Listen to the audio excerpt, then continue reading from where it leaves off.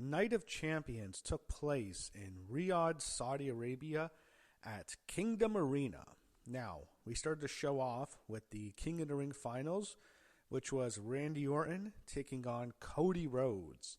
Randy came out first to a massive pop. The fans sang along to his song. Everywhere internationally, Randy Orton is one of the most popular wrestlers you'll ever see. They love him. It's not just in places like Europe where he's super over. In Saudi Arabia, he's super over. I'm sure anywhere else that they go in the world, the guy's just going to be super over. A lot of fans grew up with him. He's very popular. The RKO kind of has its own cultural thing. I think that's globally where there was that big meme going around. I just think it's a variety of things such as that nature, and which has made Randy Orton just such a star. He's a big star in the U.S. domestically, but I mean internationally, it's incredible how popular he is. Cody Rhodes came out too, and he got another big pop. The fans sang Kingdom, his song. They were really into Cody. And before the match started, they had their lights on, kind of doing the Firefly Bray Wyatt thing, and they were just going nuts. They were doing chants in Arabic, I think. I think they were even doing Olay chants. They were just nuts. They loved this. They were having a ball before the match even started. And then the match started, and the fans were into it throughout the whole match.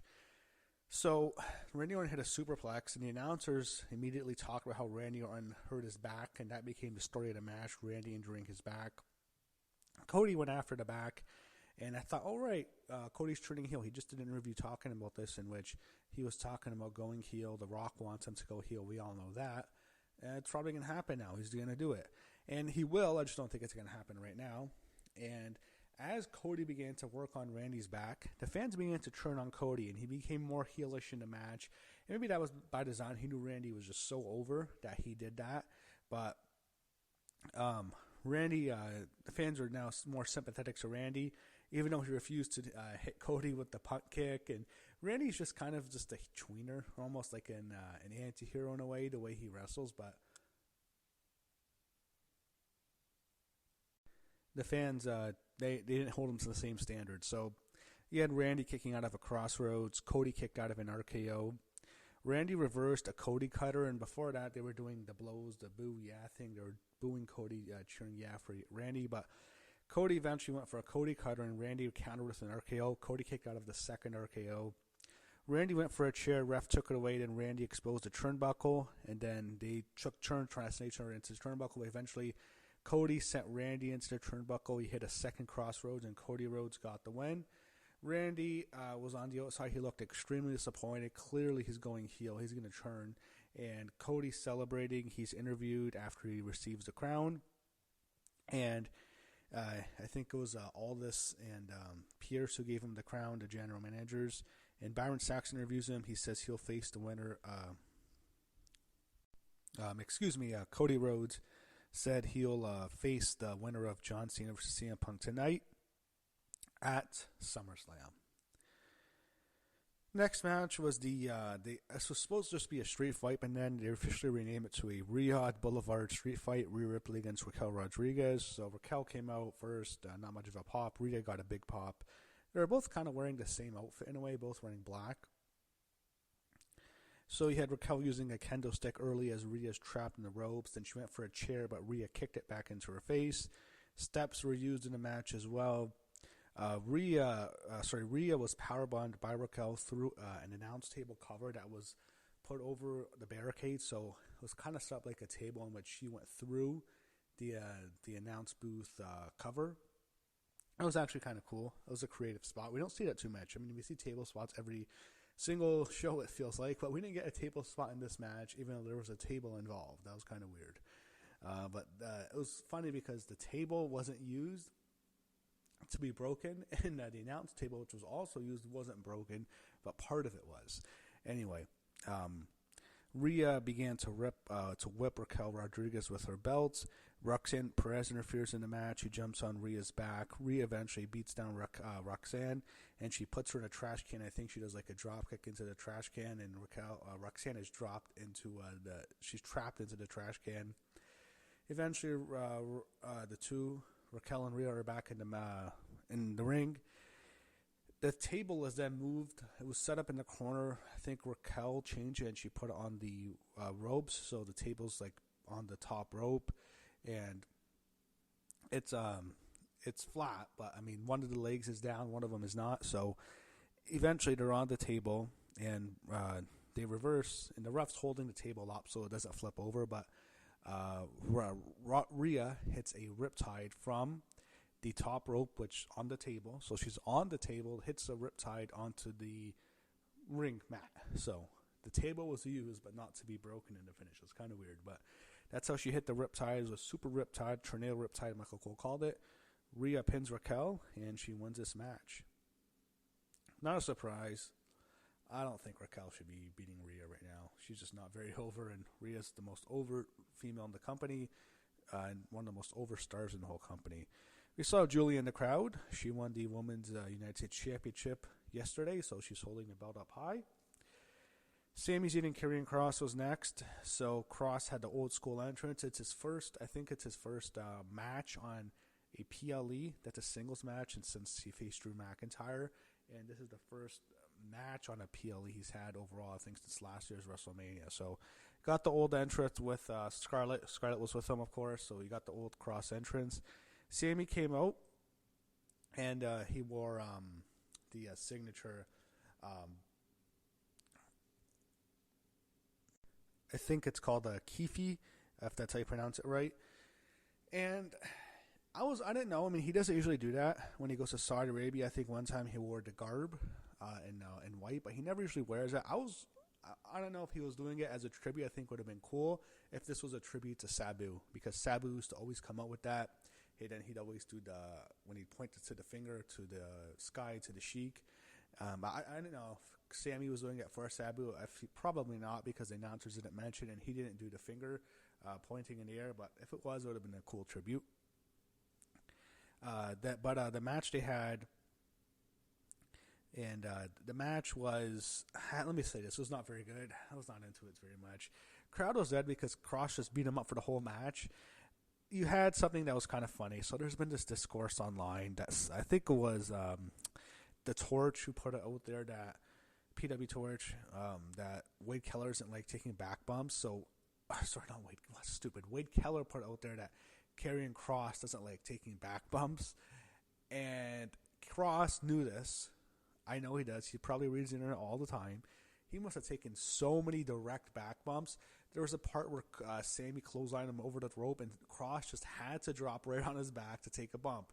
He took multiple back bumps to prove this point that he doesn't mind taking bumps. So clearly that was a response, but it kind of took me out of the match. In a way, even Kross is funny, he control a lot, but it kind of took me out of the match. So as I said, Kross just beat up Sami for the whole match. That's all I remember. I remember Sami getting of his submission.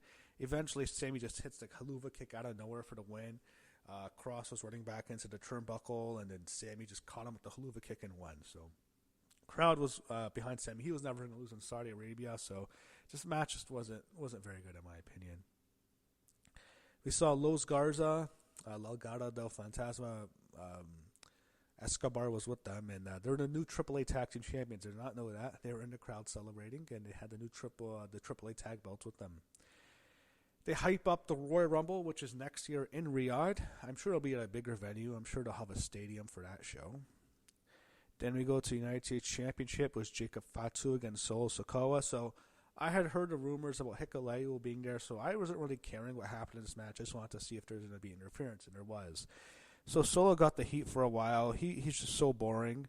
And then as Jacob's coming back, as it looks like Jacob's going to take over and win the match, JC Mateo runs down. He distracts the ref, and then Tongaloa comes out. He hits a swinging neck breaker onto Jacob Fatu. So Tongaloa's back, but Fatu kicked out of that. And then Fatu starts beating up Solo, but then also he beats up JC and Tonga. Tongaloa, not Tama Tonga. Well, I don't know when Tama Tonga is coming back, but Tongaloa is now back. Jacob, I'm getting everyone wrong, beats up everyone. And then, as he looks like he's going to defeat Solo, both JC and Tonga had the ref distracted. And then he gets pulled out of the ring, Jacob does, by Hikuleo, who is now in WWE. He makes his debut here. He chokeslams Jacob Fatu onto the announce booth and he throws him back in the ring. Solo Sikoa then hits a Samoan spike onto Jacob, and Solo is now your new United States champion. So that's how they took the belt off Jacob. Now, one thing that's interesting is I'm not sure what they're going to do with Hikuleo now. Is he still going to be Hikuleo, or are they going to change his name because they always change everyone's name now? There was a time where they would always change names, and there was a time where, all right, they're just going to let everyone keep their name, and now they're back to changing the names. I've heard Talatonga, Longatonga, which is funny.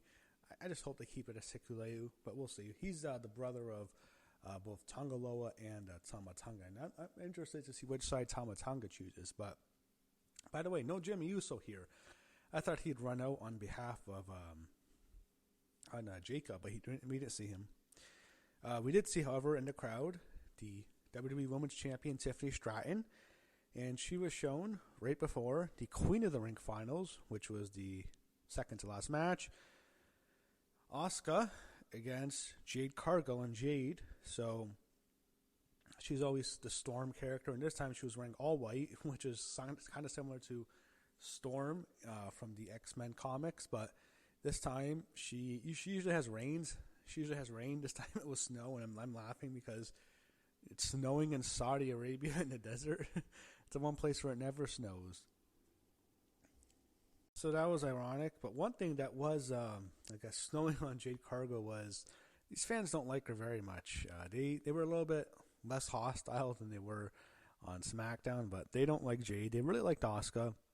And despite that, during the match, they were just mostly just not into it. They were kind of boring, and they kind of are like that Saudi Arabian crowds with women matches, but this just wasn't very good. Even if this took place in the United States, in front of a hot crowd, it wouldn't have come off very good, and that's a match featuring Asuka. So I think we know what the issue is here. Jade just wasn't very good. She wasn't good here. The whole thing was Asuka working over her leg. I think Jade was selling her leg. I'm not sure. Eventually, she won what Jade did. Fans weren't happy. She cut a promo after the match. It was quick. Fans, again, as I said, they weren't as bad as yesterday, but Jade, unlike Cody, didn't say who she's going to face. She kind of cut this inspirational speech. It was really quick, and I'm not sure who she's going to face. I guess it's probably on the SmackDown side, so it's either Tiffy or Naomi.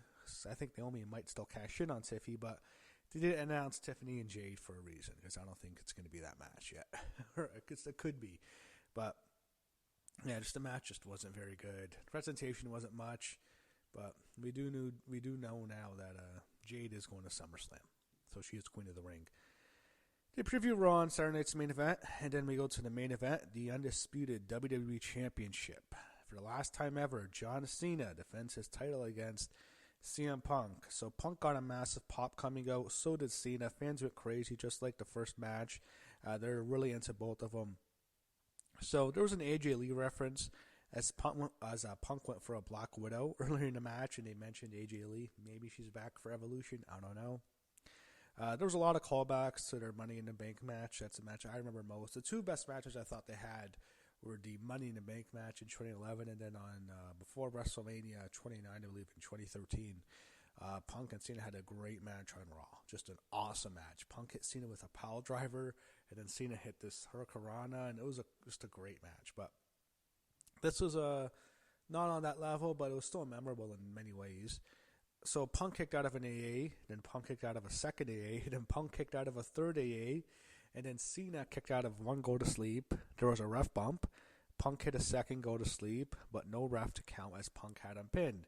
CM Punk then calls out another ref to come out, and instead someone else comes out, and it's Seth Rollins along with Paul Heyman, Braun Breaker, and Bronson Reed. They beat down CM Punk when they came to the ring. I think Punk tried to do a dive onto the two of them on the outside, but he overshot it. I think they did a double chokeslam onto him onto the announce booth, which kind of broke. It did. I believe it was the Arabic announce booth that maybe it was. I'm pretty sure. And it kind of broke in a way, but it didn't seem like it smashed the same way when it smashed at WrestleMania. And I think this was kind of more the old school announce booths. It wasn't that kind of casino announce booth that they have now for the other PLEs. But Rollins calls for the ref to come down, Charles Robinson, Rollins is teasing he's in cash. Charles Robinson recreates his classic run to the ring, the classic WrestleMania 24 run. And it's hilarious that he's doing it again. But this time, John Cena takes him out and he basically hits him with a pounce. John Cena kills Little Nate. He kills Charles Robinson. One of the funniest spots on the whole show. And it's unintentionally funny. And, Charles, he doesn't look like him. I mean, he's got to be in his 60s for sure. He's been refereeing forever. Cena crushes him. And then Cena takes out Seth Rollins with an AA. Sorry. Then the other two, Braun and Bronson, beat up John Cena. It looked like Bronson was going to hit the Avalanche, but Penta comes out. He brawls with Braun Breaker. They fight up the ramp. Braun gets the better of him, and then Sami Zayn comes out. Braun brawls with him as well. They're on the outside of the ramp, on the outside of the stage, I mean. And then Penta dives off the stage, taking out both himself, Braun Breaker, and Sami. And then Bronson Reed is still there. He's going to hit the Avalanche onto Cena. Punk knocks Bronson off the top rope. John Cena hits an AA onto Bronson Reed. He still has the strength to do that. He still hits the AA on big guys. And then it's John Cena and CM Punk in the ring once again. This match is close to 30 minutes now. They embrace. They shake hands. They hug. And it's just like Elimination Chamber when Cena hugged Cody and then we saw his evil face. We see Cena's evil face again. And then he's going to hit him with a low blow. Punk blocks the low blow. Went for the go to sleep. Seth's back in the ring. He hit Punk in the head with the briefcase. And hit him with a curb stomp. However, John Cena then throws Seth Rollins out of the ring. And he pins CM Punk for the win. So John Cena retains the Undisputed WWE Championship. He goes up the ramp. Holds the belt up high as he is still champion. The champ is still here. That's how Night of Champions ended. The main event, I thought, it was certainly a spectacle. I just feel like I was really enjoying the match. I was thinking, man, they still have it. Cena's washed up. I know he is. He's not good anymore. Punk can still go, but these two just have a certain chemistry together. And then before the interference, I was really getting into the match. And the interference was exciting. I thought Roman Reigns could come out, but he didn't. I'm just thinking, WrestleMania last year, they had all this interference in the Cody Rhodes Roman Reigns match. I feel like they're recreating it way too much. Remember SummerSlam last year was basically a repeat of it. That Raw with Roman and Solo on the debut, a repeat of that. There's so many matches now where they have so much interference. That match is so widely positively received, that Cody Roman match, and it was such an awesome moment how it all ended. The following year, WrestleMania, this year's WrestleMania, Cody Cena extremely negative, so I get they want to replicate last year more than this year. I just feel like they're doing it too much, and it's overkill. I don't think it needed this much interference. If it was going to be Roman, absolutely, that would have been great, but I don't think it needed to have the amount of interference that it did. I just feel like it's overkill now, but we're getting Cena and Cody at SummerSlam. We're also getting, I guess it's going to be Seth and Punk. Maybe that's the main event night one, then Cena, Cody night two. Maybe Punk and Seth. I think they need a stipulation. I think that can work. But that's what we're getting for SummerSlam, it looks like. And we'll see what happens. But the road to SummerSlam now, if you will, is much more clearer. So that was Saudi Arabia. That was Night of Champions. I thought it was a decent show overall. I thought the main event was overbooked, but there was a lot of good parts in it. The up to the interference, I really enjoyed it, and it was exciting. I'm not going to lie and say it wasn't. Opening match I thought was great, but the middle not so much. It was pretty dull. But the fact is, this was a two-match show. Cena, Punk, and Cody, Randy. I thought both of them delivered. So I guess if the two matches going in deliver that are really the main focus of the show, it's hard to say. The show didn't deliver as well. So I thought it was an okay show.